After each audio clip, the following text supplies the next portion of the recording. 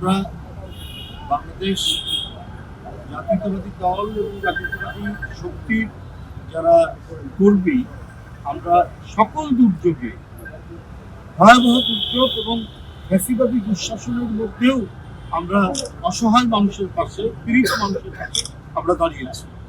যখন শেখ হাসিনা তার প্রবল প্রতাপ দিয়ে বিরোধী দল নিশ্চিহ্ন করার কর্মসূচিতে লিপ্ত, আমরা যখন কোনো কাজই আমরা করতে পারতাম না, এমনকি এই সামাজিক কাজগুলো, সমাজসেবামূলক কাজগুলো করতে তারা দিত না, পুলিশ এসে সেটাকে বানচাল করত। কিন্তু তারপরেও আমরা সেটা করেছি। তারপরেও আমরা এই যে 15-16 বছর সে যে অন্যায়ভাবে রাজত্ব করেছে, তার মধ্যে কি করোনা, কি বন্যা, আর কি প্রচন্ড শীতের মধ্যে শীতার্ত মানুষকে শীত বস্ত্র দেওয়া, এই কর্মসূচি কোনো বছরেই আমাদের কখনোই ঘাটতি হয়নি, বাদ থাকে। ওই ধারাবাহিকতায় আমরা কাজ করে যাচ্ছি, আমরা এখনো করছি। যদিও হাসিনার পতন হয়েছে, কিন্তু আমরা সমাজের প্রতি যে দায়িত্ব, সেই দায়িত্ব থেকে জাতীয়তাবাদী শক্তির কেউ দূরে যায়নি। আর সেই হিসাবে চিকিৎসকদের সংগঠন ড্যাব তারাও প্রতি বছর এই ধরনের সমাজসেবামূলক কর্মসূচি করেছে, ফ্রি মেডিকেল ক্যাম্প করেছে, স্বেচ্ছায় রক্তদান করেছে, শীত বস্ত্র বিতরণ করেছে এবং বন্যায় ক্ষতিগ্রস্ত মানুষের কাছে গেছে। বিএনপি এবং তাদের আদর্শিক যারা বিভিন্ন সহযোগী পেশাজীবী সংগঠন, আমরা একটাই উদ্দেশ্য, যে আমরা বড় বড় কথা নয়, বক্তৃতা নয়, বা কাউকে উৎসাহ রটানো, কারো বিরুদ্ধে ভিডিও ভাইরাল করে দিয়ে প্রতিনিয়ত প্রতি মুহূর্তে চরিত্র হনন করার এই কাজ আমরা কখনোই করিনি, আমরা এটা করি না। আপনারা দেখবেন, আপনারা কি বলে যে বিভিন্ন সামাজিক যোগাযোগ মাধ্যমেও দেখবেন যে বিএনপি এখন তো মনে হয় কারা করছে, কারা ভিডিও ভাইরাল করছেন, বিভিন্ন কুৎসা রটাচ্ছে, এটা বোঝা যায়। আমাদের কিন্তু সেটা দেখবেন, আপনারা দেখবেন মানুষের সাথে সার্বক্ষণিক যে সংযোগ রাখা, যোগাযোগ রাখা এবং মানুষের সুখে দুঃখে তাদের পাশে দাঁড়ানো, এই কাজটাই করছে জাতীয়তাবাদী শক্তির লোকেরা।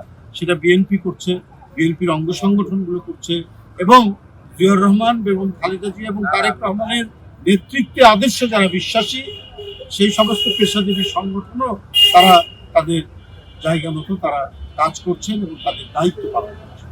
এটাই হচ্ছে আমাদের বড় দিক। বিশেষ করে জাতীয়তাবাদী শক্তি এই বৈশিষ্ট্যটা নিয়ে তারা কাজ করছে। আমরা কারো প্রতি বিষোদ্গার করি না, আমরা কারোর বিরুদ্ধে উৎসাহ রটনা করি না।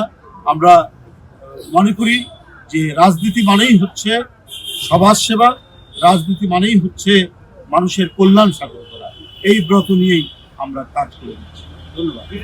নির্বাচনী হাওয়া বইছে সব জায়গায়, বিএনপির নির্বাচনী ভাবনা নিয়ে আপনি কি মন্তব্য করবেন? এবং জামাতের তরফ থেকে বিভিন্ন সময় এরকম উৎসাহ রটানোর আমরা অভিযোগ শুনে থাকছি, আপনার মন্তব্যটা কি?